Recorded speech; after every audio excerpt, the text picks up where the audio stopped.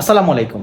বাংলাদেশে কোটা সংস্কার নিয়ে বর্তমানে ছাত্র সমাজ খুব মারাত্মকভাবে আন্দোলনে সম্পৃক্ত আছে এবং এই আন্দোলন ইনিশিয়ালি বাংলাদেশের প্রধান প্রধান বিশ্ববিদ্যালয় যেমন ঢাকা বিশ্ববিদ্যালয়, চট্টগ্রাম, রাজশাহী এইসব বিশ্ববিদ্যালয়ে সীমাবদ্ধ থাকলেও এটা বর্তমানে প্রায় স্কুল, কলেজ এবং জাতীয় বিশ্ববিদ্যালয় অন্তর্ভুক্ত ইউনিভার্সিটি, এমনকি বেসরকারি প্রাইভেট বিশ্ববিদ্যালয় যেখানকার ছাত্ররা সাধারণত সরকারি চাকরিতে একটু কমই অ্যাপ্লাই করে থাকে, তারা পর্যন্ত সম্পৃক্ত হয়ে পড়েছে। অপরদিকে সরকারের বিভিন্ন মহল থেকে এই কোটা সংস্কার কর্মীদেরকে রাজাকার সহ বিভিন্ন রকম লেবেলিং করা হচ্ছে।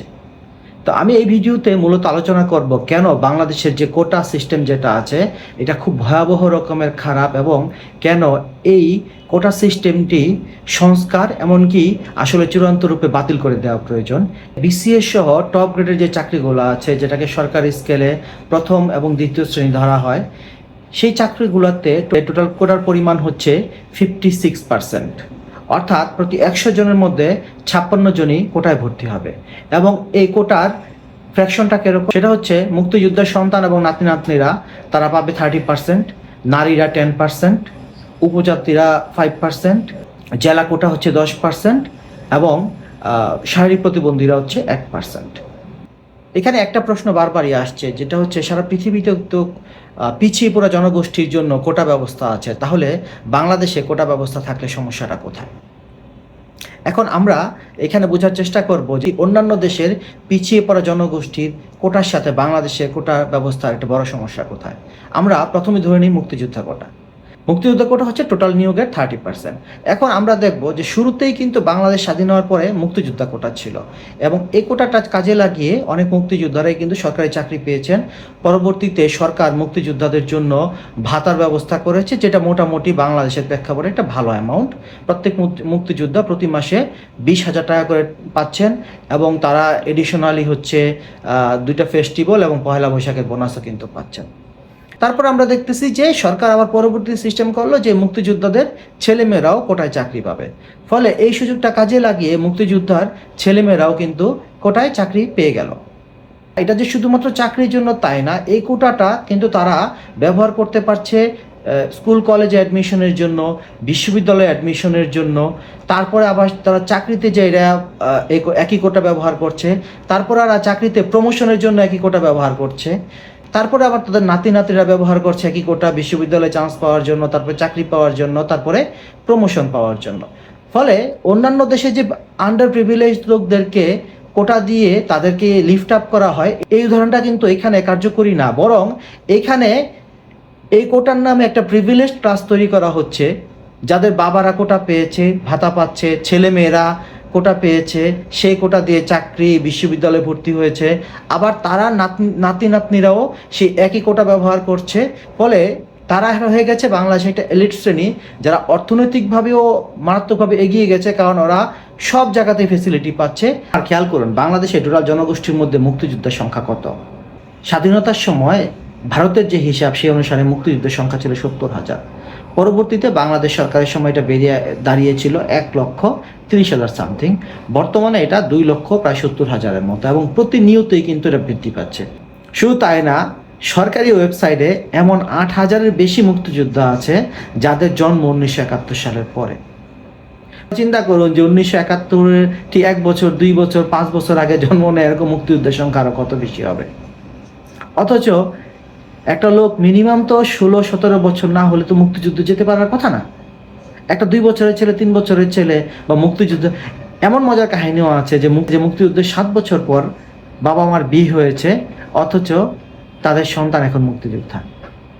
এবং আমরা যদি ধরেও নেই যে মুক্তিযোদ্ধার যে তালিকা আছে এবং সেই তালিকায় সবাই সঠিক মুক্তিযোদ্ধা, তারপরেও সেটা হচ্ছে টোটাল জনসংখ্যার 0.24%। অথচ তাদেরকে দেওয়া হচ্ছে 30% কোটা।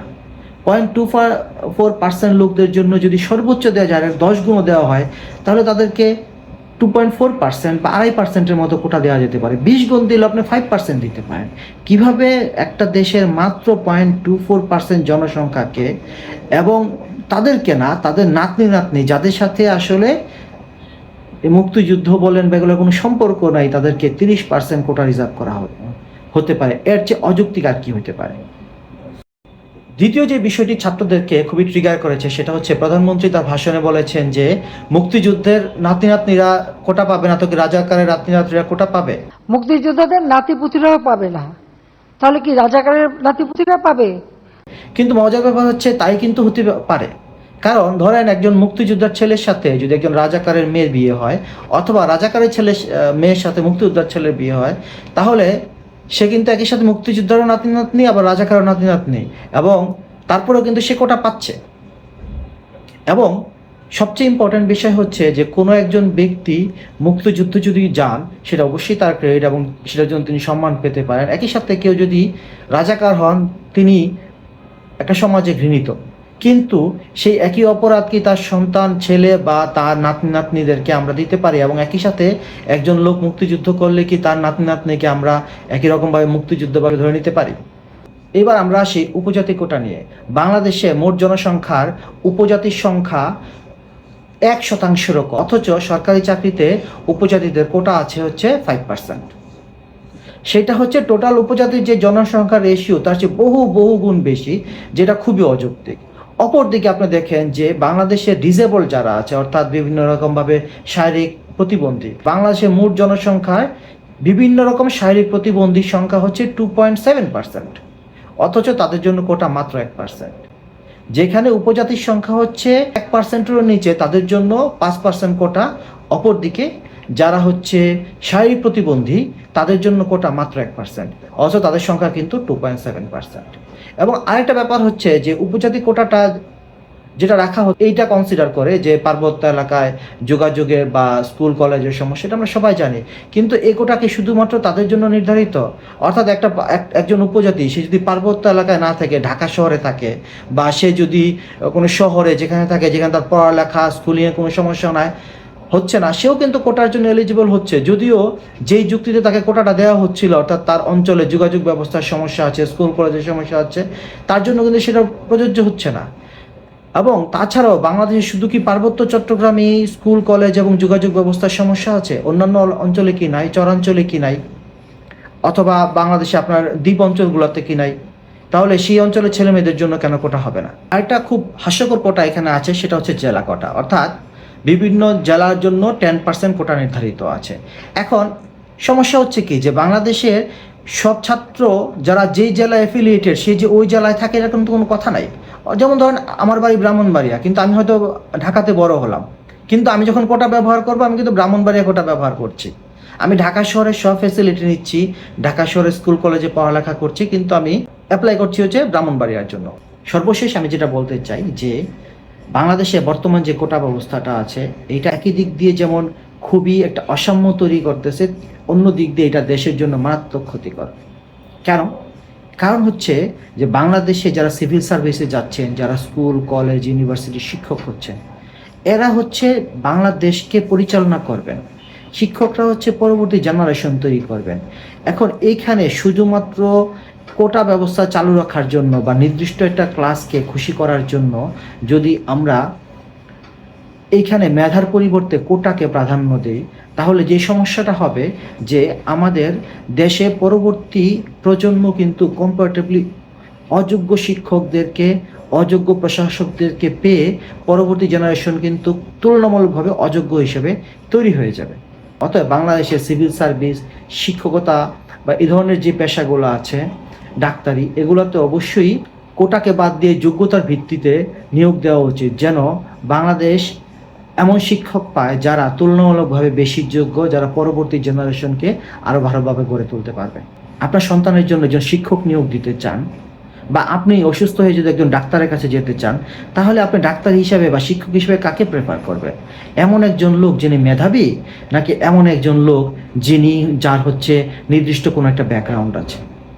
আমার ধারণা আপনাদের মধ্যে 100% লোকই এমন একজন ডাক্তারকে প্রেফার করবেন বা এমন একজন শিক্ষককে প্রেফার করবেন যিনি তুলনামূলকভাবে অধিক যোগ্য। অর্থাৎ আমরা সবাই জানি যে দিন শেষে এই কাজগুলোর জন্য আসলে আমাদের যোগ্য লোক দরকার। আপনি যদি নির্দিষ্ট কোনো একটা ক্লাসের মানুষকে আন্ডার প্রিভিলেজ মনে করেন, তাদেরকে লিফট আপ করতে পারেন, অন্যান্যভাবে করা যায়, তাদেরকে অর্থনৈতিকভাবে সহযোগিতা করা যায়, যেটা মুক্তিযোদ্ধারা পাচ্ছে, তাদের ছেলে মেয়েদের জন্য পড়ালেখার জন্য আপনি ফ্রি এডুকেশনের ব্যবস্থা করতে পারেন, যেন তারা অল্প মূল্যে পড়ালেখা করে তারা নিজেদের যে দুর্বল ব্যাকগ্রাউন্ড আছে সেটা ক্রস করে আসতে পারে। কিন্তু তাদেরকে যদি আপনি আগে থেকে এরকম কোটার মোলা ঝুলিয়ে দেন যে তুমি কম পড়ালেখা করলেও তুমি চাকরি পেয়ে যাবে, তাহলে তারা তো সিনসিয়ারলি পড়ালেখা করবে না। এবং এই কম পড়ালেখা জানা, কম যোগ্যতা সম্পন্ন ছেলেগুলা যখন বিভিন্ন গুরুত্বপূর্ণ দায়িত্বে চলে আসবে, তখন তারা তো দেশকে ভালোভাবে সার্ভ করতে পারবে না। এখানে আরেকটা গুরুত্বপূর্ণ পয়েন্ট আমি বলে রাখি, সেটা হচ্ছে ব্যারিস্টার সুমন সহ আরও কিছু লোক যেটা প্রকারান্তরে বলার চেষ্টা করছে যে বাংলাদেশের যে কোটা আছে, এই কোটা ব্যবস্থাটা আসলে যেমন তারা বিসিএস এর উদাহরণ দিয়েছে যে প্রিলি এবং রিটেন পরীক্ষা এটা কার্যকর হয় না, এটা পরবর্তী লেভেলে যা কার্যকর হয়। এই কথাটা কিন্তু একদমই মিথ্যা। এটা সত্য যে প্রিলিমিনারি লেভেলে এবং রিটেন লেভেলে একজন লোককে কোটা ব্যবহার করতে হলেও তাকে মিনিমাম একটা পাস মার্ক নিতে হয়, কিন্তু কোটার সিটগুলা কিন্তু কোটার জন্য রিজার্ভ। অর্থাৎ আমি একটা উদাহরণ দিই, ধরুন বাংলাদেশে টোটাল কোনো একটা পোস্টে 100 চাকরি আছে, সেখানে কোটার জন্য 56 জন এবং সাধারণের জন্য 44 জন। তো আপনি যদি একজন সাধারণ ছাত্র হন, মেধাবী ছাত্র হন, তাহলে আপনাকে প্রথম 44 জনের ভিতরে থাকতে হবে সেই চাকরিটা পাওয়ার জন্য।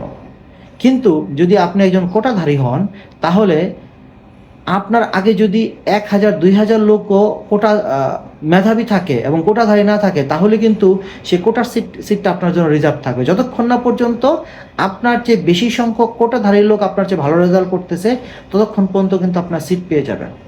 অর্থাৎ আপনার আসল কম্পিটিশন কিন্তু অন্যান্য কোটাধারীদের সাথেই হচ্ছে। হ্যাঁ, এটা সত্য যে একটা মিনিমাম পাস মার্ক আপনাকে নিতে হবে, কিন্তু মিনিমাম পাস মার্ক পাওয়া এবং খুব ভালো রেজাল্ট করে দুইটা তো এক না। আমাদের শিক্ষা ব্যবস্থায় পাস মার্ক কত হয়? 33% বা 50%।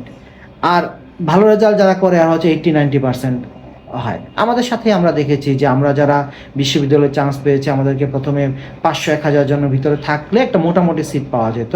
অথচ আমাদের সাথে যারা বন্ধুরা, যারা মুক্তিযোদ্ধা কোটা বা উপজাতি কোটা বা বিভিন্ন শিক্ষক কোটায় ছিল, তারা দেখে গেছে যে 2000-3000 পজিশন থেকেও এসে টপ সাবজেক্টগুলো পেয়ে যাচ্ছে। সুতরাং এই যে বলা হচ্ছে যে কোটা শুধুমাত্র ভাইবার জন্য অ্যাপ্লিকেবল, এই কথাটা একদমই সত্য না। কোটা সম্পূর্ণ আলাদা নিয়োগ, মেধাবী ছাত্রদের আলাদা নিয়োগ। হ্যাঁ, একই পরীক্ষার ভিতরে হয়, কিন্তু কোটার সিট কখনোই মেধা দ্বারা পূর্ণ হয় না। মেধার সিট মেধা দ্বারা পূর্ণ হয়, কোটার সিট কোটা দ্বারা পূর্ণ হয়। ফলে কোনো একটা ছেলে যদি মেধায় এগিয়েও থাকে, তার চেয়ে কোটাধারী অনেক পিছিয়ে থাকলেও কোটার সিট ফাঁকা থাকার কারণে সে কিন্তু কোটার সিটটা সহজেই পেয়ে যাচ্ছে।